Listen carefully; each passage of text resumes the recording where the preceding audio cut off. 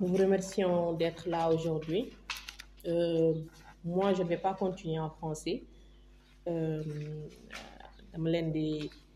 waxtaanal ci làkku Kocc Barma. Yaakaar naa ñun ñëpp xam nañ leen fi indi tey waaye leeral dafay baax si lu nekk te yaakaar naa ni gëj nañ gisee te yoon la ñu taxawaat fii waxtaan ak taskati xibaar yi waxtaan ak yéen xamal leen fi ñu dëggoon suñu tànk ba tey jóguñu fa. Comme ni ngeen ko xamee Hollande mi ngi sosoo ci tëralin yoon wi amoon ci mars 2022 tëralin bi nga xam ni dafa ñëwoon indi mën nañu wax réforme la mën nañu wax ay sart la yi nga xam ne duñ ko waroon voté fee ca assemblée nationale bi yooyu amee Hollande gis liiraam jëm ci ñag li xam ni du lu baax ci doomi réew mi ñu jóg taxaw waxtaan ak doomi réew mi xamal leen am ñu jóg ànd ak ñun ñoom seen bopp seen nañu lii ñëw bi loolu amee Hollande taxawal na fii ay taxaw ñaxtu yu bari biir Nouakchott ak ay ñoom Kaxaydi ay ñoom jëwal waaye terewul voté nañ ko loolu taxul tamit ñu taxaw ndaxte yaakaar naa xeex du yemul ci benn te xeex day metti waaye boobu ba tey ñoo ngi taxaw ngir xaw ma nuñ koy waxee ci wolof on dit détourner ñoo ngi taxaw ngir sart yooyu mën fay jóge te tamit làkki réew mi lii di wolof lii di làkku pël lii di làkku soninke ñu mën ko yoonal ngir lii nii mën a bañ a ñëwaat ndaxte suñu doom yi ëllëg bu ñu ñëwee ñoom ñu bañ a xeex bi nga xam ne bi ñun commencé nañ ko ba pare ndaxte bu ñu xeexee tey ñu xam ne amuñu lu ñu bëgg ñu taxaw ñoom du ñuy obligé ñu ñëwaat ci xeex bi moo tax ba tey jii nii principal objectif Hollande mooy ñu yoonal làkk yi di olof làkk yi di pulaar làkk yi di làkk bii di soninke ñu yoonal ko ni xale bu nekk mën a jàng làkkam ndaxte yoon la man mii sama doom ñu jàngal ko ci làkkam ñu bañ ko forcer tamit mu jàng ci beneen làkk bu dul làkkam forcé boobu mooy lan maanaam nu ñu arab bi la xale bi di jàng ndaxte gis nañ ni képp ku dul làkku xasaaniya boo ñëwee temb nu ñëw làkk la nu ñu la benn ci xasaaniya yow xamoo loolu lu mu doon waaye bu ñu la nee benn ci làkk wi nga xam ne moom nga doon làkk sa biir kër loolu yow daa gaaw xam lu ñu lay jàngali lan la leneen encore mooy Hollande day bañ ñu dem ba jëmmi jamono pulaar bi dootul xàmmee boppam ci lan ci làkkam bi nga xam ni moom du ko làkk fu muy liggéeyee moom du ko làkk fu muy jàngee moom du ko làkk ci marché ba du ko làkk fenn lu di ci këram te xam nañ ni xale lu mu tàmm loolu lay wëy te xale bi tàmm fekke yow lii bii làkk nga xam sa bërëbu liggéeyukaay ndaxte loo arab bi moom ñu force ci bërëbu liggéeyukaay yi moom nga xam ci daara bi moom nga xam ci boutique bi ci marché bi ci feneen ak feneen yow moom rek ngay làkk bu yàggee buñ la sax laajee yow sa làkk doo ko mën loolu tax na ba Hollande mi ngi taxaw ci xeexam ba tey ngir ñu yoonal làkki réew mi gis nañ tamit temps yi fan yi paase ñu bari ñoo ngi génn ñoo ngi wax ci li xew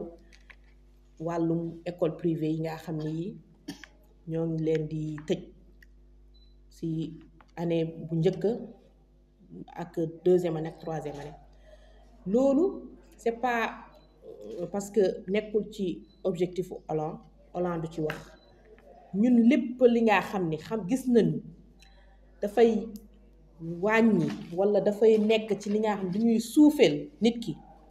nga nekk nag mun nga nekk du pulaar bi ak wolof rek soninke bi rek mun nga nekk beneen xeet sax mais duñ siy jóg jàppale leen si loolu tax na ba Hollande tamit mi ngi jóg wax taxaw ñaxtu si loolu tamit du yoon ndaxte loolu si projet de loi bi la nekk projet de loi bi moom moo tax ñu ni du ñuy def wàññi benn par benn classe yi di classe bu njëkk di deuxième classe ak troisième classe loolu bu amee troisième classe loolu bu amee maanaam xale yi nañu dem jàngi ci école publique bi te école publique comme li ma waxoon sànq loolu moo fa am jàngum arab kese moo fa am te xam nañu xale bi nga xam ne bi yow mosoo dégg arab boo ñëwee commencé jàng arab ñi nga xam ne ñii seen làkk xaw na mel ni arab ñooñu ñoo lay raw ci compréhension ak lu nekk léegi ma bañ a sori ndaxte tamit tënk rek laa bëgg def xamal képp ku nekk suñu naataangoo képp ku ñuy suivre ñu xamal leen xeex bi jeexagul te le 26 incha allah bëgg nañu ñëpp ñu ñëw taxaw ñu xeex bi képp kuy doomu Mauritanie amul parce que lii nii di raam si ñag bi la dem su duggee si ñag bi yaakaar naa si kër yi la jëm donc nañu booloo ñu mànkoo ñu xeex bi le 26 ñoo ngi woo ñëpp ñun loolu moo ñu ëppal importance parce que ku xam Hollande xam nga ni si taxaw ñaxtu nga xamee ay sitting nañu xamee Hollande donc nañu nit yi tax ñëw en masse ñu ñëw le 26 incha allah taxaw ñax si place de la liberté incha allah à 16h. maremu raxasu kuñi raxasu nawari si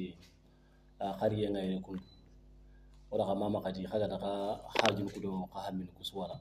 c'est to xisu yo ma gayro kun di mama mo siringa wala xam leki honan ko ñaan li tawe ke ñi may kun xa masha Allah wala fisku yalli tawe kun donc wala odi nawar ki ngam ko sirri odi mama ki ngam ko sirri so duwi dangani Allah gani dalla dokani on di amin wala ki ngala gira dangi ko akhi xare gara ko xada ya xambe ke ka fani le kata kay fa ganni nga ga ni ya xambe ga ni ngeli biro nga ga ni hankani kudo ka o kiba kata geli to saxan qannu en cabati wala saxan qannu dawlande nga mu tan no kenga ni geli fullendo so ni kendo wolo yi dawlande nga o ga hankana gel daru ma kata malinki ken ko anyi le kata kay ko khasu tu o suga tu ya xambe gili wujuni hilido kamo hilido temple de hilo sine kenga ni geli mas khasonga ke hedde nyaga sigi wakati be jamane ngara simo kurumburti kube kata geli kharangi karanga kurna tina faraxu ndo bar kube kata kharangi ke agama daga tikilenga ke hedde khabo ken no nyadi nanti ken ngani bara bawoni agara kindi kurumba ke be wutu kuntu anta mutani sar me cu dingene dome wala kenya chabude ke hedde aga barakuna aga bugu aga barana tigenda ngani jamani gana sartu be wutu amara ga timo ngo wala ora sipunga odi joppa ire kuna geli jamani ken ko gel naksude ire men ko ngayr kun tore debeki ora ho gabe da bari geli jamani ki men ko nga ko yakata geli baba binu ado sarando gunu ma ga haydi ma jowodu ado kende debe kutundi mi khawara kudu na surku ni twindi nan tigenda ngani kilo kurumbu be gar sasa ko kata geli kharangi khibaren surunga magiriga ge may magar ho gabe bonondo o ma jamani ken ngonti wala kenni hiyani kenni kharangi karanyani ya kartana khaway khadi kengani gilli o yimeno xamne go ko be konno jamane ken ngon kengani gilli wala hondo fullendo soni kenga igama sabati ho xanku tuguno ko kengani koy arab mo nga kenna ko gata birene jamane ken ngon dia parce que bawoni lengi hada mare me annan kanne nyani anga lan tan kanne nga anga na kinye gilli gulyan kanu nga anga lan ta konno nga wala nga kibe nyino ga tan kanne mu wala nga gilli kite kanu nga kube o kibe gilli français kanne nga justice wala kenni me xawra anga na kinya anga nan kanne ko gen ta famu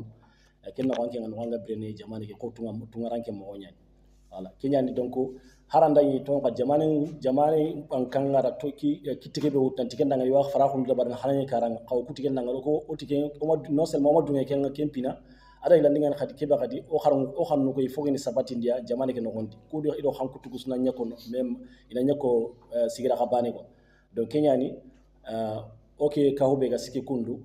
gilla wakati gilla ga siki kibe daru o hinna kin cikeno ko nyamal den kiya kota yaw kinyan o gangunne ga katta jamanin cha sarre mendi nom anda kite o ga ki hasobe no gondu kuntu katta ala garenga on kawta sigi menyi mi khore da barni gilli khason tampilando tumunga agi me ki khason no gondi inshallah rabbi o mi nyimi khore da barni o am da jamanin cha sarre mendi no tawai o kuduna kato tuindina jamanin pankana diganda ngani o ga yagambe daru o hinna ke la khayani tanku gama haraki nu dabari ube kata wakibe munda jamani ke nogondi comme jamani charre menchu daga domi anga daga anga nagi gilli gonyan kanu o xamnu nga ko ninno anga daga gilli jare kanu o xamnu na ko ninno anga daga gilli hubo hay ona men ona kato na men ka dabari mo be ga gema wakati tanga o ko gama kinki tege jamani nogondi ke o ga hanke be dabari kundu on ta sigindin ono kane ama inshallah rabbi kenyani o gango ngala kata jamani charre menchu ya ayi gonda ya garen o suna meñi xason tampilenu tumunga ano ko be gal kata torenka ke khirse torenka ke kane bela khore ke be gano usna min ken kara usna tu inna tikanda ngani yara kitu kurbu ko be tuga kata gille kharangen ade ken nimbe khawranga aga ma daga tim ko o mo dunay ala kenya ni ona gango gal kata mare mu jo ona ka kunyo ona ka ma mo sirin assalamu alaikum wa rahmatullah bandirabe ko adi fuf e inde fedde meden olam eden jetta wawɓe wallude en e oɗo nokku ha dañƴen yuɓɓinde ɗo ene hono nde ɗo yewtere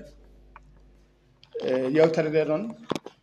ko gila heccanki fonno wonde eɗen gandi waɗi noon caɗele seeɗa to banggue keɓugol nokku o ɗum waɗi waɗani heccanki ɗum ni ene jeeya eko jibini telɓere to banggue jaadiyankoɓe fonnoɓe arde notade ha ɓuura ɗo woni hen nangguno ko gila heccanki woni hen ɓe en dañani ruttitade e mumen e hollidu ɗumen wonde yewtere nde wonti hannde walla won hen ronkuɓe tan famde kadi nokku o e joñogol mum ɗum fof ina e caɗele ɗe ko wawi hen wonde fof onon dañɓe arde ɓe onon jaadiyankoɓe dañɓe arde ɓe amin jetta on no feewi e wawde on notade e ngal ɗo kawrital eɗen jetta kadi mawɓe meɗen ɓe ganduɗa kadi ko dardinoɓe meɗen jokkuɓe kadi dardade e meɗen arɓeɓe kadi tawtorede hono nde ɗo jonde ha tengti noon kadi e mawɓe ɓe sukaɓe ɓe kam mataw mbiyata ɓe daari tan ko darde mabɓe neɗɗo noon ene heewi wiyede wonde so waɗi ko foti wadde hanani yettirede ɗum kono so waɗani ko fonno wadde noon ne hani yendire ɗum noon darde nde ɗo darade wona darde Samba wona darde Demba ko darde wiya ko daranade hoore mum ko daranade godal mum ko ɗon puɗɗortoɗen sabu ko ɗum addani ola jibinede e nder hitande ujunnaji 2022 eɗen gandi yalti ko wiyete koɓe mbiyata ɗum mata ko bayyinago to banggue yidde humpidde ko jogori wodde toɓɓande nde ɓe gummanno koɓe noddirta kamɓe nodde information ɗum ɗon somi jumani wonno koye darorɗe lewru mars hedde 7 lewru mars enen kanko nden ɗum yetti e meɗen e oɗon saaha ɗum iwri en taw eɗen golla e fedde ɓamtare Pulaar ko toon iwri en dañƴen humpito wonde hono jagordo toppirin ko fewte jangde yaltini hono ngoɗo bayyinago koɓe mbiyata nodde information ko jogori ɗon taw soit hay wontoyde koɓe mbiyata projet de loi e oɗon saaha noon enen sifo hen ha laaɓa holno Mauritanie jogori mana holno yiɗiri ɗo wirde hono jangde muɗum ɗum woni koɓe mbiyata kuulal ɗowowal jangde ɗo e nder leydi Mauritanie koɓe mbiyata loi d'orientation enen sifo hen noon ma ɗeɓɗe ɗe ma nattine e tippude jangde kono noon ɗe gonata ko ni haalda ɗe gonata ko escalier beele townude ɗemgal arab ha ɗemgal arab wawa haɓade ɗemɗe mawɗe mbaɗe no français mbaɗe no anglais e ko nandi hen ha tengtinoɗe ɗemgal français koni haaldano ha laaɓi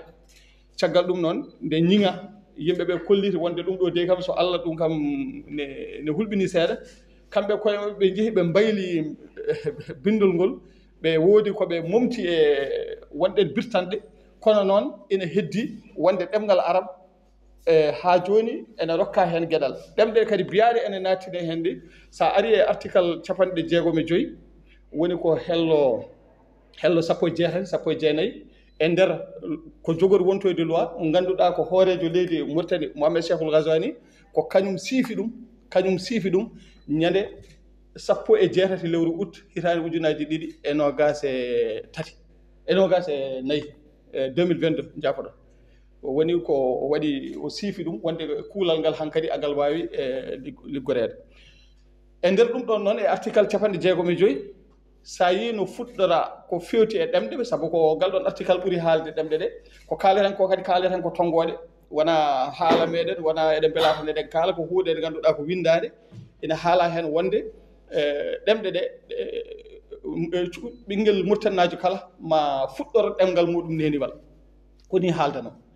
jooni noon sa ari tan e konngol deftugol heen ngol tawa wonde jangde nde fof janngete koye ɗemngal arab kala muritannajo janngata ɗemɗe gande janngirta ɗumen ko ɗemngal arab e te e oɗon sahaa sa ƴeewi ɗum ma taw ina luurdi e ko haalano adana ko tawa ɗum luurdi e ko haalano adana ko mbiɗen wadde tawde ɗemɗe ɗe nanirama ɓe mbi ene nanne e jangde kono noon ɓe mbito wonde ɗum woni fof ma hutoro hono ɗemgal muɗum kono noon ɓe dutti ɓe mbi wonde ko ɗemgal arabe woni ɗemgal jangguetegal jangguinirtegal wona hay ɗemgal jokkodiral woni koɓe mbiyata langue de communication ɗum ɗo bandiraɓe mbiɗen ene luurdi ɗo no dukoji ɗi hankkadi puɗɗi ɗum ni ko gila soit wonde hay arti soit wonde hay loi dukoji ɗi keewi ɓe yimɓe ne kaala e whatsapp yimɓe ene noddodira batuji ɓe yimɓe ne duka e ko nandi hen e ko nandi hen koye nder ɗum noon ko jogori wontoyde aaludere olan ɓe jiitodiri ɓe mbi wonde tawde woni e oɗo saaha en dañani hay fedde wootere jogorde yaltude boowal ene wiya en ngala hen saabu ɗum ɗo fayɗo ɗum moƴƴani ngare enen ƴeewen no juɓɓirɗen ɗum waɗi olan jibina ñande 27 lewru mars hitande ujunaji 2022 olan wona fedde fulɓe tan wona fedde soninkoɓe tan wona fedde julfuɓe tan ko fedde moritannaɓe fof ɗe ngannduɗa ko kañum ene jii hunde nde coynima hunde nde orde hen ko fotno arde ko woni ko jibina hikka o hikka ɓe mbi wonde ko expérimentation kamɓe ni soɓe kaala dow ɓe mbiyata ko ɗemɗe nattinama e jangde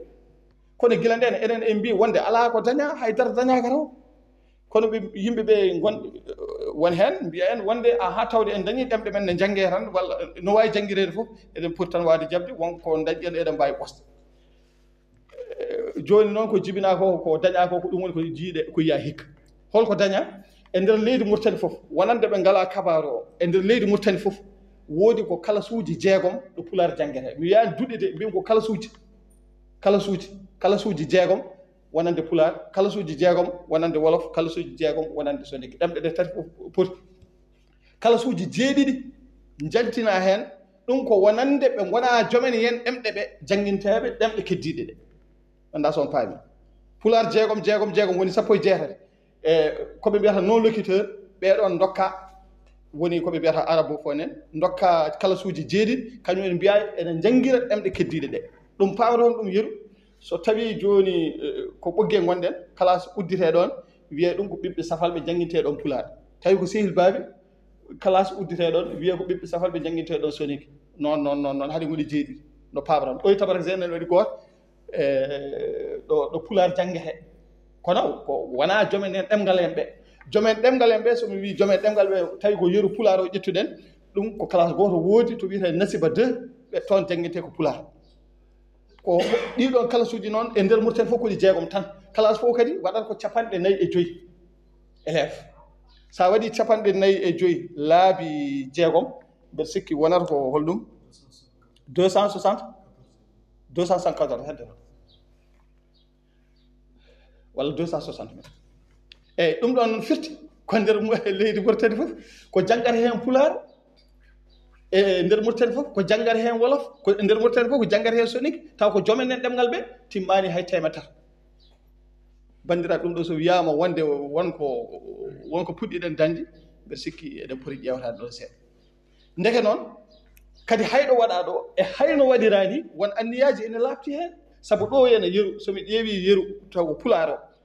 ɗo waɗa ɗo waɗa koye nokku mo ganduɗa wona ɗo jomen ɗemgal en ɓe ɓuuri hodde finde mum hande ɗum ko kala mon ko oɗon mbawi ƴewtade ɓuuri wawde arde ene jangga ɗo ko ummotoɓe PK ko ummotoɓe Darade en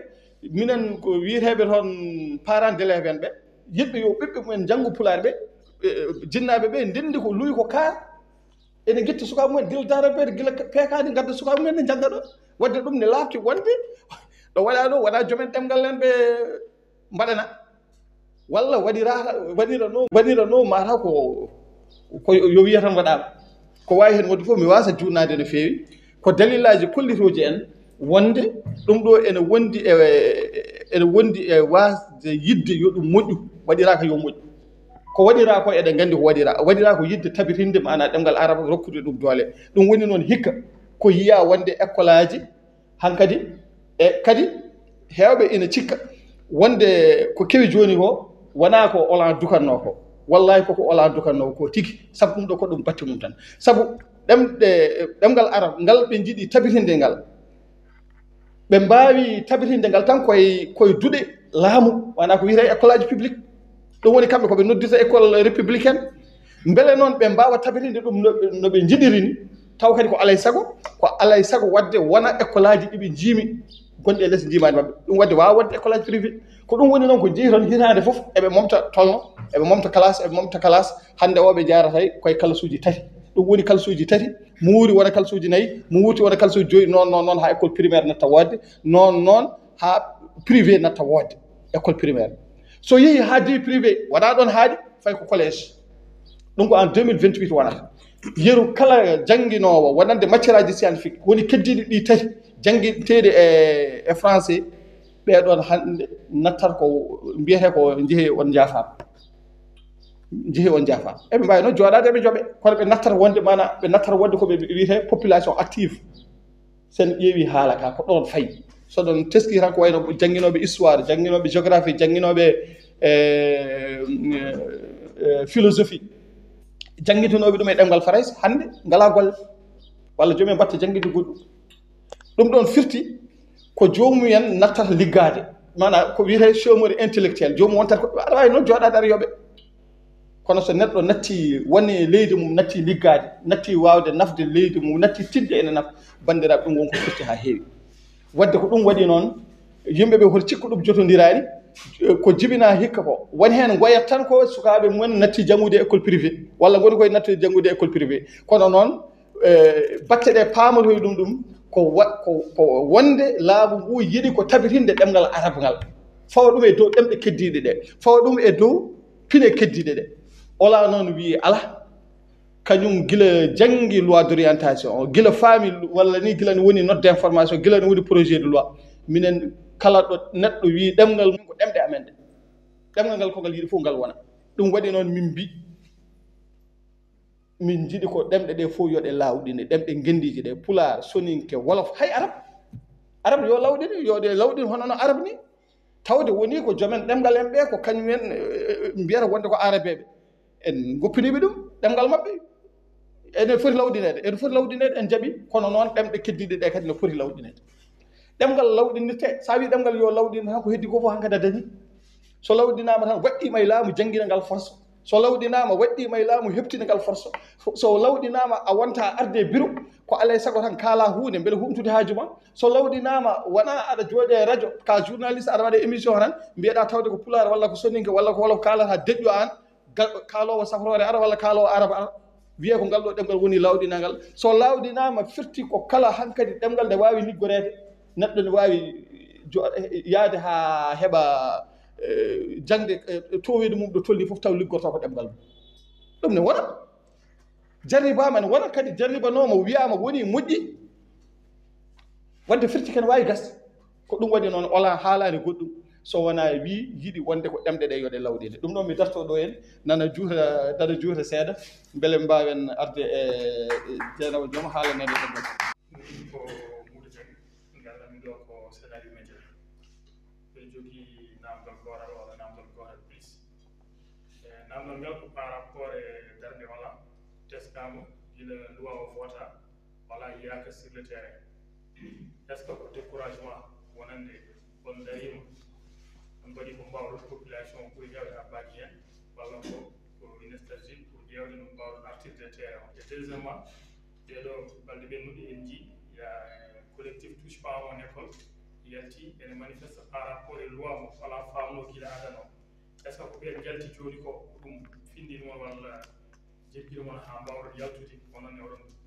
daro darde dari noon walla ala fottita bisimilla hol jagotoɗo min eyi wadde mbara mi jagoto ɗum cakkirimi haalde ɗo wiyama wonde mi arta ɗon taw gila olan gila woota olan yaltani gila kulagal mbeɗa sikki mi haalino ɗum joni joni mbimi olan jooɗanoki kadi caggal nde woota mi sikti noon wota ko ñande 25 lewru juillet ola yalti 30 septembre ola yalti ɗum ɗo muɗum cakkiriɗo ko 20 décembre 2023 ɗum ko caggal ko haalete ɗo jiiɗani e jewte oɗon jiya jewte téléji oɗon jiya jewte ɗo ola waɗata oɗon jiya bindande wadde firti ko ola meeɗa jebbilanade ko woni ko heddi ola to banggue aaludere nde en kewani gonga haalte kadi yon tasko ɗi hay sitting ngaji ɗi seɗen ngara worti sitting mo yimɓe piyano o yimɓe garti jande 29 sen mbela mbiyen aduna o fo ari ene wawi taw aduna o ɗum koko yimɓe piyama kono ko wawi hen wonde foof haɗani ola no yaltirtuno aroɓe yoɓe gon ko 15 yoɓe gon ko 50 yoɓe gon ko 60 eɓe ngara eɓe jokki haare mabɓe a yii kadi hay hande e maade jewte men mbaɗe ni enen yimɓe ɓeɗen gona nototoɓe e gueɗe mbaɗe kono haɗani jinnoon wiide aaludere wonɓe wiyeteɓe olan tigui rigui ɓe mana tamɓe guinol golle ɓe ko wiyete coordination olan ɓe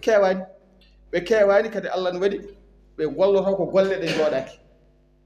woni ko ɗannotoɓe woni ko janggoɓe woni yeru joni somi rokki on yeru Dieynaba oɗo joni ene saɗi ko woni ɗo yontere ñimde tan ɗo e wuuri he sisi oɗo ma o lebbi jeegom sellani ko leli ko wayno Salmata Ba ala ɗo nana woni ko jokkoyɗo jangde ala ɗo e leydi e ko way noon min mi jooɗaki kono oɗon jiya dille wonko watte kono ko wawi hen wonde foof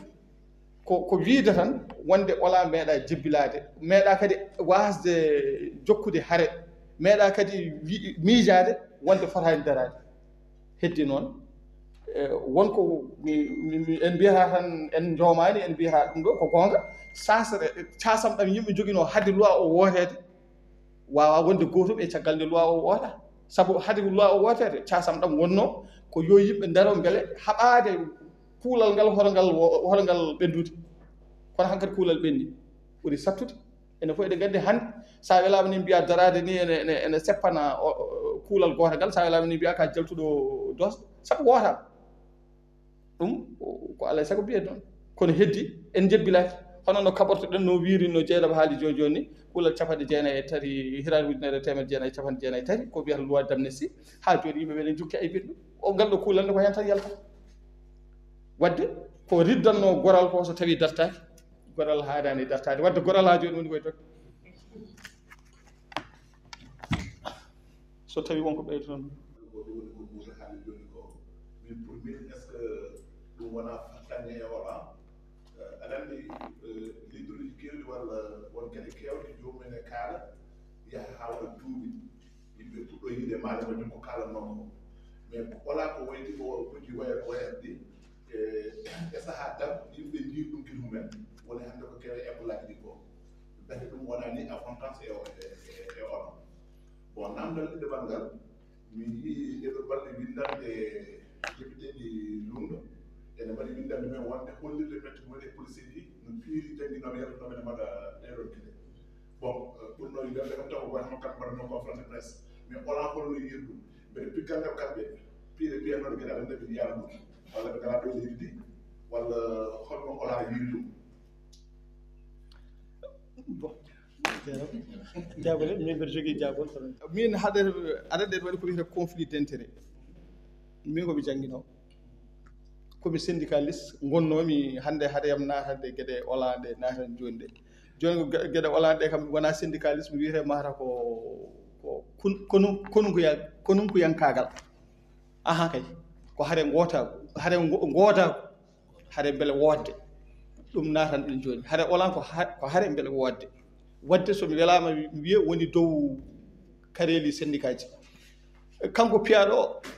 en jaadani eko fiya ko eɗen gaybino ɗum kadi ko ɗum muusi en saabu to banggue golle ni no mbimami ni ko nandidiɗo men e arde tan neɗɗo kamɓe jomum ala sawru ala hayre ala mbakku ala haydara ko jogui tan ko bandiral no jogui tan ko gulali mum ne wulla mi yiiɗa ɗum ɗo walla ɗum ɗo ne mettimi tan gara tan camtoɗa ɗum hello hakkille kadi a wawa ɗum a jibinani ɗum a halfani ɗum kadi aɗa andi kadi sinno wona no tonima ɓorniɗa a suusa ɗum wadde sa hawre ɗum kañum goto e bedda a suusa ɗum ko ɗum toñangue min mbeɗa sikki policier ji dadiɓe ɓe dadoraki sababude ɗum yoɓe gandu ko wiyete maintien d'ordre wona arde hannde ene fiya yimɓe wona arde ne wara yimɓe kono no mbiɗa ni aha kay nde olan fiyande walla nde olan fiyerede kadi wona lawol gotol ɗum yo tesko mataw ñande ɓuuri bonde nde tan woni 25 teskaɗo o nde mataw ɓuuri bonde nden kay aha kay woni fiyaɓe aha kay won faɗɗiɓe aha kay won helɓe ete hay nder helɓe faɗɗiɓe ɓeydi waɗi hay jangguinoɓe kadi aha kay e nder faɗɗiɓe wallahi waɗi jangguinoɓe ete kaalata kadi eɗe kaala hen ko kaalata ko kadi ɓeyɗo ko kaalata ko woni koye nder ɗum saabu kaalata ko haala kañum en no beele moƴƴinde gurdam mumen haala jangguinoɓe ne moƴƴi ha may wadde ina haani min wona ni ko yimɓeɓe gaybin ko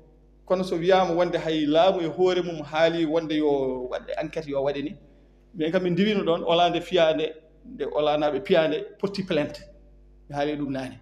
porti plainte yeehi ha to tribunal pratiquement ko rejeté sali hay ƴewde dossier ji pourtant waɗi fiyaɓe waɗi gañiɓe waɗi helɓe waɗi fof ɗum hanani wonde ene hanno guila e nden hunde nde aybine hono no aybinira joni kono noon mataw kamɓe ola ko waɗata manifestation ngaji muɗum tawde haalata ko haala ɗemɗe ɓaleɓe ɓurɓe feeje hen ɓe ko yimɓe toñaɓe ɓe somi wi yimɓe toñaɓe ko wiyeteɓe victime en ɓe ɗesa mataw yirede mataw ɓeyɗo ko mbaɗa ko haala politique walla ko wayno ɗum kamɓe gandinoɓe mijoto kono ko wawi hen wonde foof ɗum yobnata olan ɗum hulɓinta olan ɗum waylani mijoji olan ko olan haalanno hanki heccanke ɗum olan haalata hannde kala ɗo fenade woni olani aybina nde ɗon fenade wadde ko joom oɗo ko fiya ko olani aybina ɗum kono noon yimɓeɓe kadi sene gaybina ɗum yoɓe tinno kala ko wayi hono noon ko foti aybinede yoɓe gaybinir ɗum hono noon fenade ko fenade tan ɗo wawi wonde foof ganda somi jaabi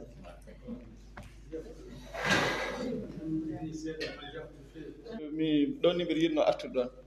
aɗa andi eɗen jooɓino konngol gotol eɗen mbiyatno yo Allah suran en on ñalawma nde min mbiyata min kalanino mbeɗa sikka konngol ngol nde yaaji e nder 2022 kala ɗo garnoɗen hay e nder sitting ngaji meɗen mbiyatnoɗen bandiraɓe ɓe ko yo Allah suran en on ñalawma kono denɗam kadi ha so jahone ɓeyɗenno hen yo Allah hollu hewɓe ko goto yino naji mbatema hewɓe jipama e ko gonga ɗum ne kadi ko gonga kono en jiɗano o ñalawma en donnoki oɗo ñalawma so oɗo ñalawma ari tan firti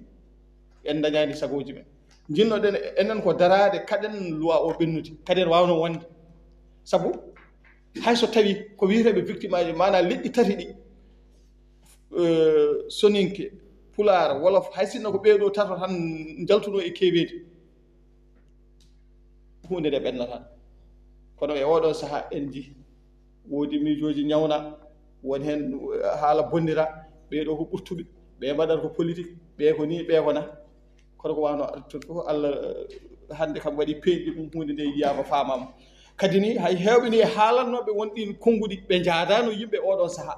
hannde nanama koɓe kaala hannde kamɓe fof ɓe garti wiide wonde hayso ɓe mbiyani ko ola haalanno ko gonga ɓe batti haalde haala on aha hayso ɓe ndewani konngol ko ola haalanno ko gonga ɓe batti haalde ko haala ko alon haalanno ko so wiide wonde de ɗemɗe ɗe nannira hen ko cengti ko wiide wonde hay ɗemɗe ɗe ko mbaɗa hen ko waɗira ko gonga waɗira tan ko wirnude giri yimɓe so wiide wonde ko keñje so wiide wonde ɗum ɗo ala ko woni goɗɗum so wona arabisation so wiide wonde ɗum ɗo ari ko momtude leƴƴi to banggue pinal mumen to banggue ɗemɗe mumen yo nattu woode ɓen batti haalde ɗum noon mbiɗen noon wona eɗen jettira ɗum Allah mbiyata tagi eɗen jettira ɗum Allah kono noon en beltaki e ko ɓe kaalata ɗum joni ko ɓuranno ɗen weltade ko ɓe kaala ɗum e oɗon saaha saabu oɗon saaha ene jeeya eko haɗi dental men woodde hawlaji mabɓe ɗiɗon haalde ɗiɓe kaalano e oɗon saaha ɓe jaafo en noon yoɓe gandu wonkoɓe bonnani yimɓe aha kay yoɓe gandu wonde wonkoɓe bonnani leƴƴi ɗi wonkoɓe bonnani leñol ngol wonkoɓe bonnani murtede saabu fenade ko fenade tan ɗo heeɓi fof wiyete ko fenade wona sabu min komi jolfo tan mi wi wonde ɗemgal am yaɓɓama e yiire tan wonde ko min tan mataw foti darade sabu ɗum ɗo ko probléme Mauritanie so waɗi en waɗi Mauritanaɓe toñaɓe so waɗi Mauritanaɓe mana joñaɓe so waɗi Mauritanaɓe ɓe qirraka ɓe ganduɗa godal mumen hannde ene ngacci taskede ɗum ko probléme leydi c'est un problème national kadi so wiyama ko politique ɗon mbeɗa moƴƴi ene moƴƴi laftina hay sinno on namdaki so wiyama ko politique sen jiiɗi mbasen salade ko politique kono ko politique hay nden eɗen kalanno ɗum ko politique mo wona politicien mana ko politique mo wona politique partisan wona politique parti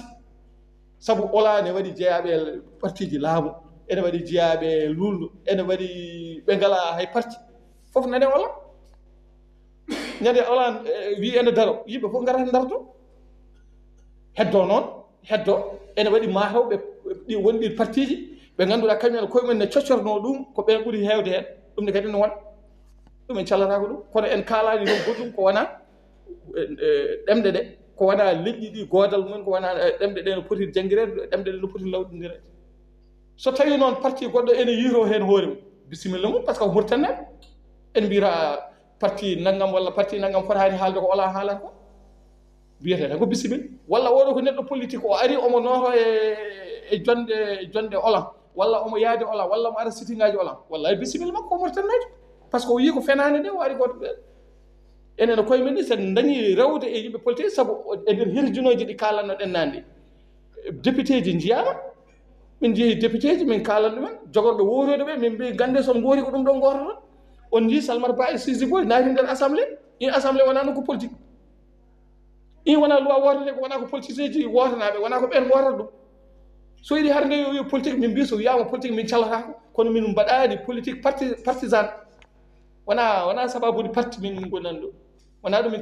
min kalade hen goɗɗum ko wona ɗemde ni foti wonande ummande huccinande nde ko ñande nogas e jeegom lewru jolal novembre hitan ujunaji ɗiɗi e nogas e nayyi olan ene jogii diño to ɓe mbiyata place de la liberté walla ɓe nokku wellitare walla jeytare no jiɗɓe fof mbiyen ɗum kono wonat tan ko hakkude laañ enen kam eɗen nganndi oɗo place no feewi ɗum noon kadi ko kikiiɗe ngol ɗo waɗata ko waktu 16 woni 4 heures kikiiɗe so Allah jaɓi ɗum noon kala ɗo olan woni wona tan Nouakchott yo won e ndeer leydi ɗi yo wonni hay caggal leydi kala ɗo olan woni tinnowo hoore mum wonde koye olan woni walla ni ene yaadi e ko olan haalata ko walla ina faami ko olan haalata ko yo won e heblade yo yaltu ñande nogas e jeegom nduɗo lewru ndu gonɗen so Allah jaɓi yeeso kala ɗo ɓe ji jooɗorde laamu kala ɗo ɓe tini maande laamu tawi ko intérieur du pays mana e nder leydi ndi yeeso ko wayno gouverneur a ko wayno ɗo waɗi préfet ko wayno ɗo waɗi gueɗe baaɗe noon kala ɗo ɓe timinat ɗo ko jooɗorde laamu soɓe gari ɗo ɓe darima ɗo ene tine hay ɗum ɗo fof so dañaka hay wonɓe e guure ɗe ngannduɗaa ɗo ngala laamu yoɓe jaltu e booye maɓɓe hannde yimɓe woni jogii médiaji men ne mbawi filmande koye mumen tawde enen mbiyeɗen ɗerɗe ɗe mbiya ko hay médiaji kantani enen kam eɗen jogii médiaji ɗi mbawɗe waɗande koye men woni téléphone ngaji meɗen woni caméra ji meɗen ɗi jogiɗen ɗi e kala ko mbawɗe waɗande koye men moni fof hollira hoore mum hollira wonde oɗo ñalawma ko ñalawma mawɗo enen fof mo ngannduɗaa eɗen dutti hollirde wonde eɗen jiɗi ɗemɗe meɗen ɗe yo lawɗin en gonanani e tippude jangde gondi e yaade ɗi wonde ɗo gonnoɗen gila hanki ha joni ko ɗo gonɗen heddi noon ko gonga ken wiyata en poolama kono hayso ken poolaɓe en jebbilaki hade nde koko jokki ken jokkuɓe aybinde ko wona ko saabu ɗum moƴƴani ken jokkuɓe salade ken jokkuɓe wiide en ngala hen ken jokkuɓe hollidde enen koye men e miijoji ɗi kadi gande wonde wonande ɗomɗanoɓe walla wiyannoɓe ola wayri darade walla ɗum ɗo ola meeɗa jooɗade ko jiiɗon wonde ko taƴodiri ko foof ma woni olanaɓe ene janggina ɗemde ɗe olanaɓe ene jaha ne mbaɗa jewte ene mbaɗa hirjino saabu ha joni tentini wonde ha joni yimɓeɓe paamani huccaɗo musiba o holtotol ni yo wonko ɗo e nder leydi yo wonko caggal leydi yo wonko windude yo wonko ha joni nana aybine ha joni nana haale wadde jonde nde meeɗa wodde en jooɗaki ɗum noon kaade ɗo tan so tawi janiyankoɓe walla ni wonɓe ɗo ɓe wonko jogui to namde walla eko nandi hen eɓe mbiya bisimilla on bandiraɓe tan no fewi pour ñalawma le 26 o saabu en mbayri wadde diño ɓe mbayri wadde kadi ko fate kala ko fate tan dino en seppo ene mbayri ɗum wadde firtugo le 26 oɗo alay saago kuccanen hirjinowo no feewi kadi hankkadi hayso tawi goomu hirjinowo no woodi firta enen fof ken fotɓe hirjinde firti ko mone men fof hankkadi ko nulaɗo sona ara le 26 taw no addata so famɗi ham yimɓe sappo sadi sa ƴeewi tan ko woni ko taarima ko a ƴeewi nder galle ma a ƴeewi bandiraɓe ma hoddiɓe ma kadi sen ƴeewi hay nder men ni eɗen jogui tan ni sukaɓe jooɗi ɓe mbaɗani haydara eɗen jogui kadi sukaɓe ronkuɓe ni hay janggoyde à cause de oɗo projet de loi firti enen ɓe fof eɗen poti hirjinde kadi eɗen tengtina wonde nde ola wona Nouakchott tan hay nder leydi ndi ko hen jeeya no Doro wi ɗo ni sa fof somin mbaɗatno ko wayno hirjinoɓe min mbaɗa lappol fotno lappol yaha ha nder yimɓe fof jette kalde kirñine kalne ko fati e eɓɓade kuulal ngal joni kam natti wiyede eɓɓade kuulal ɓaade kuulal hankkadi fittugo alay saago enen dartoɗen kaalen holko wonno darde men hanki faade hannde kadi jokken e haɓade ngal ɗo kuulal saabu kuulal ngal wona tan wadde tan kuulal tan gaare mbaɗe ni ko momtare gonɗen koye momtede haala so haalaka so tawi haddaka waɗaka haydara gonɗen tan koye momtede momtugol ngol noon waɗi fannuji kewɗi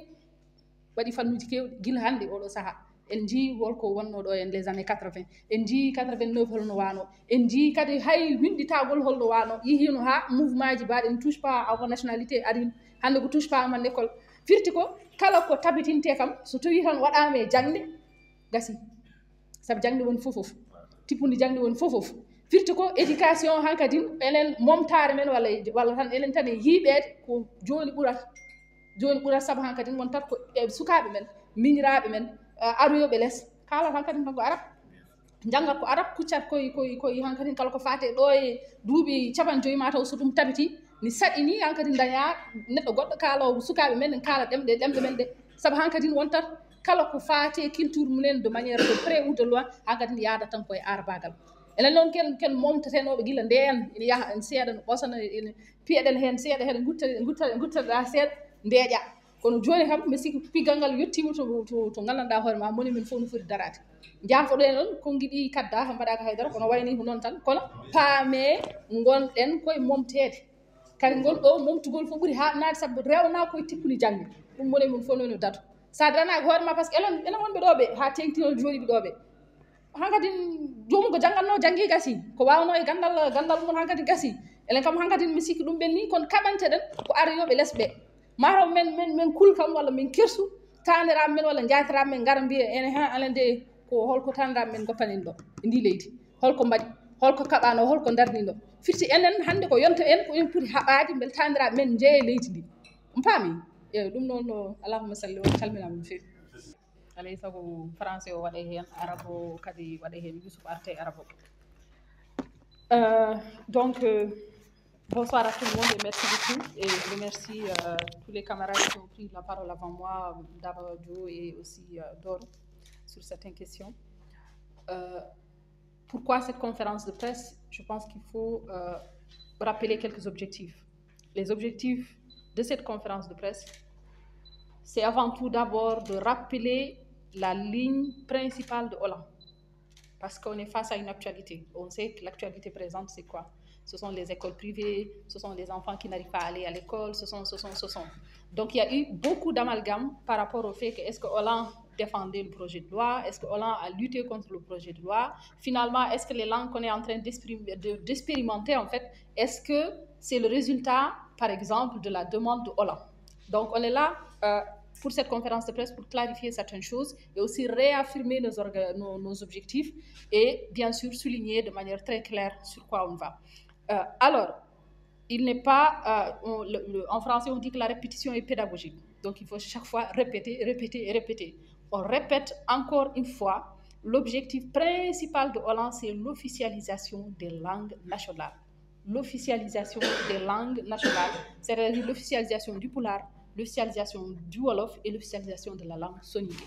Donc ça a toujours été, de manière très formelle et de manière très claire, l'objectif principal de Hollande. Maintenant, comment Hollande est né? Je pense que Dore est revenu largement sur cela. C'est par rapport à la note d'information qui est devenue projet de loi et qui est devenue aujourd'hui une loi sur l'éducation. Et il faudra peut-être rappeler que c'est la première fois en Mauritanie qu'on ait une loi sur l'éducation. D'habitude, c'était juste des réformes. Mais là, on est sur une loi. Quelque chose qui est écrit, qui est rentré dans notre système judiciaire, disons, en fait, dans notre cadre juridique. Ce qui fait que Hollande avait déjà compris la trajectoire de ce projet de loi. Parce que ça a été très clair. Ça n'a même pas été dit de manière subtile. Non, ça a été dit de manière très claire dans le projet de loi. Le projet de loi vise deux choses. La première des choses, c'est l'arabisation systématique du système éducatif mauritanien. C'est-à-dire l'arabisation à tous les niveaux de l'éducation en Mauritanie. C'était clair, c'est écrit dans des articles. L'autre objectif, en fait, c'était, disent-ils, de créer une école républicaine et aussi, à travers les langues nationales, aider que l'arabe soit une langue centrale en Mauritanie. C'est-à-dire les langues nationales sont évoquées dans ce projet de loi, ni plus ni moins qu'étant un tremplin pour l'assise de la langue arabe. C'est-à-dire qu'on ne parle pas des langues nationales dans ce projet, dans cette loi, en fait, comme étant des langues à part entière qui doivent être des langues d'éducation. Non, mais ce sont des langues tremplins qui vont aider l'arabisation. Ça a été très clair dans le projet de loi. Et ils ne sont pas revenus sur les méthodes de le faire, mais il y a un aspect qui est ressorti, c'est-à-dire l'aspect de, encore une fois, mettre ces langues comment on peut dire ça, tester en fait les langues, en fait, c'est-à-dire qu'on les met dans des processus d'apprentissage. Alors qu'on sait que, oui, expérimentation, c'est ça le mot. Alors qu'on sait que ces langues ont été expérimentées en Mauritanie pendant 20 ans. Et il y a des études qui sont là, il y a des évaluations qui sont là, le matériel pédagogique est encore là. Et même, encore une fois, les appréciations des institutions internationales sont connues, qui sont là. On parle de l'UNESCO à travers son bureau Breda, en fait. Et qu'on avait dit que c'était une belle expérimentation et que les pays au niveau de la sous-région devaient s'inspirer de la Mauritanie. Donc, en termes d'expérimentation, je pense qu'on a déjà fait le travail du moment où les langues ont été expérimentées pendant 20 ans. Donc, pourquoi on doit encore réexpérimenter encore ces mêmes langues des années après, alors qu'on a tout le matériel pédagogique qui est là? Donc, en fait, le langage, il est très clair, le message, il est clair. On expérimente seulement dans le but de pouvoir ramener l'arabe de manière progressive pour qu'on ait un système d'éducation qui n'est entièrement arabisé. Et je pense que c'est ce à quoi on assiste aujourd'hui ici en Mauritanie. On voit que progressivement, on est en train d'éliminer certaines classes. Maintenant, la première année est déjà éliminée, deuxième année, troisième année, et ainsi de suite. Donc, on va éliminer chaque année une classe, comme ça, jusqu'à les universités. Et c'est clair. On a dit pendant l'expérimentation, ça c'est la loi qui le dit, c'est pas moi qui le dis. Pendant l'expérimentation, et même après l'expérimentation, tout le système éducatif sera exclusivement en arabe. Ça c'est clair. Tout le système éducatif à tous les niveaux sera systématiquement en arabe. Donc ça, c'est un message très clair. Donc dès qu'on a vu ça dans la note d'expérimentation, a vu aussi dans la note d'information, l'a vu aussi dans le projet de loi, on s'est toujours mobilisé pour lutter contre l'arabisation et lutter pour l'officialisation des langues nationales. Donc ça a été clair. Mais apparemment, avec l'actualité, on a l'impression que ce n'était pas assez clair et qu'il y avait des amalgames qui sont créés par-ci, par-là, et des fois aussi des gens qui, peut-être de mauvaise foi, essayent de remettre certaines choses sous le dos de l'homme pour que les gens ne puissent pas comprendre en fait de quoi il s'agit. Donc on en réaffirme encore une fois sa position sur le fait que pour nous, un système éducatif qui est équitable, ça c'est la loi qui le dit, c'est pas moi qui le dis. Pendant l'expérimentation et même après l'expérimentation, tout le système éducatif sera exclusivement en arabe. Ça, c'est clair. Tout le système éducatif à tous les niveaux sera systématiquement en arabe. Donc ça, c'est un message très clair. Donc dès qu'on a vu ça dans la note d'expérimentation, a vu aussi dans la note d'information, l'a vu aussi dans le projet de loi, on s'est toujours mobilisé pour lutter contre l'arabisation et lutter pour l'officialisation des langues nationales. Donc ça a été clair. Mais apparemment, avec l'actualité, on a l'impression que ce n'était pas assez clair et qu'il y avait des amalgames qui sont créés par-ci, par-là, et des fois aussi des gens qui, peut-être de mauvaise foi, essayent de remettre certaines choses sous le dos de l'homme pour que les gens ne puissent pas comprendre en fait de quoi il s'agit. Donc on en réaffirme encore une fois sa position sur le fait que pour nous, un système éducatif qui est équitable, c'est un système éducatif qui prend en compte l'équité linguistique. Quand on parle de l'équité linguistique, c'est quoi? C'est-à-dire que toutes les composantes de la société mauritanienne doivent être revue, c'est-à-dire doivent se sentir à l'aise sur l'éducation mauritanienne. Et il y a des études qui sont là qui ont montré qu'un enfant qui fait ses études avec sa langue maternelle prend 12 ans d'avance par rapport à l'autre. Donc pourquoi dans un pays on aimerait que certaines langues soient officielles et apprises et d'autres non? Imaginez une seule seconde, si on avait dit qu'on aurait un président qui dit que la langue officielle de la Mauritanie c'est le soninké, est-ce que ça va passer? Si on dit que la langue officielle en Mauritanie sera uniquement le soninké, c'est ce qui sera dans l'administration, c'est ce qui sera appris dans les écoles, c'est ça, est-ce que les autres locuteurs des autres langues ne se sentiront pas discriminés? Parce que là, on n'est pas face à une langue étrangère qui nous est étrangère à nous tous, mais c'est une langue digne de composition de la société. Ce qui fait en soi qu'on est sur une discrimination où une langue d'une communauté est placée sur les autres langues des autres communautés. Voilà la discrimination. Voilà pourquoi il n'y a pas une équité linguistique. Voilà pourquoi les gens disent que nous voulons l'officialisation de nos langues nationales. Nous ne voulons pas que nos langues soient des tremplins pour l'arabe. Nous voulons que nos langues soient des langues d'éducation, des langues où on transmet du savoir, des langues qui sont des langues apprises à l'école, qui sont des langues qui sont utilisées dans les administrations, utilisées dans toutes les institutions étatiques comme étant une langue officielle. C'est aussi simple que ça. C'est tout ce que Hollande a demandé depuis toujours. Et Hollande avait dit de manière très claire, ce qui est dans ce projet de loi, ce n'est rien d'autre qu'une forme d'arabisation totale du système éducatif. Ce n'est rien d'autre. Itaro, Akaga, Acterato, tout cela en fait, c'est rien d'autre que d'arabiser le système éducatif. Et je pense que ce n'est pas en 2022 que cela a commencé, ça a commencé depuis longtemps. Avec des matières en arabe, vous allez voir des matières en arabe qui ont toujours des coefficients beaucoup plus importants que les autres matières. Même pour des élèves ou des étudiants qui, la langue arabe est tout à fait facultative. Mais à chaque fois, on met des coefficients qui font que, même si vous êtes scientifique, la langue arabe peut vous bloquer parce qu'il peut avoir le même coefficient que les matières aussi importantes que des matières scientifiques. Donc, ça a toujours été un cheminement progressif. Là, c'est le coup de Masso, en fait, le coup final. C'est qu'on ne parle plus de réforme. On parle de projet de loi. Plus de projet de loi tout simplement. Et la loi, c'est pas du jour au lendemain que les lois disparaissent. On en sait quelque chose, on a la loi d'amnistie de 93 qui est toujours là, qui nous colle à la peau. Donc on sait que arrêter ou faire changer une loi, ça c'est pas qu'à coup de discussion. C'est pour cela qu'on avait mobilisé toutes ses forces pour que ce projet de loi ne passe pas à l'Assemblée. Mais malheureusement, ce projet de loi est passé à l'Assemblée avec une majorité écrasante. Quand je dis une majorité écrasante, ça veut dire que l'ensemble des députés qui étaient ce jour-là à l'Assemblée nationale ont voté oui pour ce projet de loi, sauf 3 députés. Uniquement sauf 3 députés. Bon, il y en a un qui a dit neutre. Mais globalement, on n'a eu que 3 députés qui ont dit non à ce projet de loi. Donc tous les députés restants ont dit oui à ce projet de loi. Donc tous ces députés sont pour l'arabisation du système éducatif. Et c'est des députés que nous-mêmes nous avons mis à l'Assemblée. Donc il faudra à un moment aussi faire les jonctions possibles. Maintenant, face à l'actualité, parce que beaucoup ne savent pas, le fait que les écoles privées sont en train de fermer, le fait que les enfants n'arrivent pas à faire leur première année, le fait que vous avez votre enfant, vous voulez même qu'il va à l'école publique, mais on vous dit la classe est pleine, l'école est pleine, parce que, encore une fois, l'État n'a pas les écoles et les capacités d'accueillir tous les élèves. C'est-à-dire même en fermant le privé, il n'y a pas eu de mesures qui accompagnent pour pouvoir accueillir les élèves dans le public finalement. Donc, on a des enfants aujourd'hui en Mauritanie qui dorment dans leur maison parce qu'ils ne peuvent pas aller à l'école. Parce que même s'ils voulaient aller dans les écoles publiques sont pleines. Vous voyez? Et face à cela, maintenant, il y a des gens qui se révoltent. C'est une très bonne chose que les parents ne vont pas dans de bonnes conditions à l'école. Mais on tient à le rappeler encore une fois que tout ça, c'est la forme. C'est-à-dire avoir des jolis murs, avoir là où mettre ton enfant, tout ça, c'est la forme. Mais le fond, c'est là où il faut questionner. Et le fond, c'est le contenu même du système éducatif. Ça veut dire qu'il y a certains, leur préoccupation n'est que le fait que leurs enfants doivent aller en privé.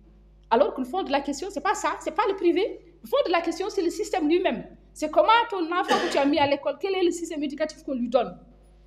Et pourquoi on en est arrivé à ici? Bon, on ne peut pas accuser tout le monde de ça. En fait, peut-être que les gens étaient mal informés, peut-être qu'ils n'avaient pas l'information, mais ce qui est sûr, c'est que tout cela n'est que les conséquences du projet de loi qu'on a laissé passer à l'Assemblée. Quand je dis laisser passer à l'Assemblée, on a fait une mobilisation, mais si toute la Mauritanie était mobilisée, ça n'allait pas passer. On a fait des mobilisations, mais si tous les députés avaient dit non, ça n'allait pas passer. Voyez? Donc ça veut dire que c'est une responsabilité partagée et malheureusement, c'est pas quelque chose qu'on a voulu parce qu'on l'a combattu, mais on a même, c'est-à-dire que on peut même dire en fait c'est la faute aussi de nous par rapport au fait qu'on n'a pas réagi à temps et on n'a pas réagi à la hauteur de ce qui nous attendait. Et là, on est là à vouloir combattre une loi. Je ne dis pas que c'est perdu d'avance, pas du tout. Parce que c'est toujours, il n'y a pas quelque chose qui ne se défait pas. Il y a des lois dans le monde qui ont été votées, qui ont été retirées. Cette même assemblée peut être repositionnée, une autre loi qui va réviser ce projet de loi. Donc c'est possible qu'il y ait des changements. Donc, puisqu'il y a possibilité qu'il y ait changement, donc on doit continuer la mobilisation. C'est pour cela qu'on a fait cette conférence de presse, c'est pour cela qu'on a aussi appelé en sitting au niveau national. On veut que toutes les localités sortent. Que ça ne soit pas qu'à Nouakchott, que ça soit à l'intérieur du pays, dans toutes les villes, dans tous les petits villages, partout en Mauritanie, que les gens puissent sortir le 26 pour dire non, nous ne sommes pas pour ce projet de loi qui vise à l'arabisation et nous sommes surtout pour l'officialisation de nos langues nationales, pour que le message soit clair. Voilà pourquoi la mobilisation, et Hollande va continuer, et chacun d'entre vous qui est là est messager aujourd'hui et peut faire, en tant que sensibilisateur, aller prendre et aussi mobiliser les gens pour le 26. Et moi, je pense qu'il y aura le 26 et il y aura aussi après 26, c'est-à-dire qu'on va continuer la mobilisation au niveau du pays pour demander quand même un système éducatif qui respecte un peu nos communautés socio-linguistiques et aussi respecte le vœu des Mauritaniens sur le fait que nous sommes des Mauritaniens, les Soninké sont des Mauritaniens, les Wolofs sont des Mauritaniens, les Poulards sont des Mauritaniens. Donc, un système éducatif doit ressortir cette diversité et aussi tient à la dignité linguistique de chaque personne. Voilà, je m'arrête là. Merci beaucoup. إذا سأحاول فقط لأقتصر عن رؤوس الأقلام الذي أخذته هنا من أجل أن أشرح لكم باللغة العربية. كما تعلمون جيدا منظمة من أجل ترسيم اللغات الوطنية ولدت عند إنشاء عندما قررت الدولة للمشروع قانون التوجيهي الذي قامها الدولة من أجل النظام التربوي. إذا ولدت هذه الحركة أي حركة المنظمة من أجل ترسيم اللغات الوطنية من أجل رفض هذا المشروع القانون التوجيهي قبل أن يصوت في البرلمان الموريتاني، وإنما صوت أيضا في البرلمان الموريتاني أصبح قانون التوجيه النظامي. إذا نحن هنا ما زلنا نناضل ونفرض على الدولة بإلغاء هذا القانون، لأن هذا القانون لا يخدم أي مصلحة، لا يخدم مصلحة البلد. وأيضا نفرض على الدولة أيضا ترسيم لغتنا الوطنية البولارية والسونيكية والولوفية. هذا الترسيم يكون ترسيما إداريا ودراسيا وثقافيا أيضا. إذا حتى لا نطيل عنكم سنقوم باختصار شديد. إذا نطالب جميع المناضلين من موريتانيا خاصة كافة أبناء الشعب الموريتاني إلى انضمام إلينا إن شاء الله ربي يوم 26 من هذا الشهر. لدينا وقفة احتجاجية أمام البرلمان الموريتاني. وأيضا نطالب كل أبناء الشعب الموريتاني سواء من داخل أو داخل البلد أو في القرى أيضا أن ينضموا إلينا في هذا اليوم الإحياء، لأننا نحن ما زلنا صامدون عن هذا النضال، لم نتركها. إذا سنواصل النضال إن شاء الله حتى يتم الرجوع عن هذا القرار. إذا نطالب كافة الشعب الموريتاني إلى انضمام إلينا إن شاء الله ربي. لدينا وقفة احتجاجية في يوم 26 من هذا الشهر. وأيضا نجدد نضالنا، نجدد موقفنا عن هذا النضال. نطالب الدولة ونطالب نفرض، نحن لا نطالب بل نفرض أن تكون لغتنا الوطنية أن تكون لغتنا اللغة الرسمية للبلد.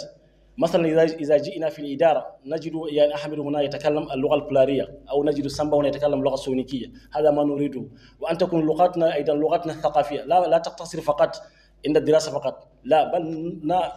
بل نطالب أيضا أن تكون أكثر من ذلك. إذا إن شاء الله ربي كما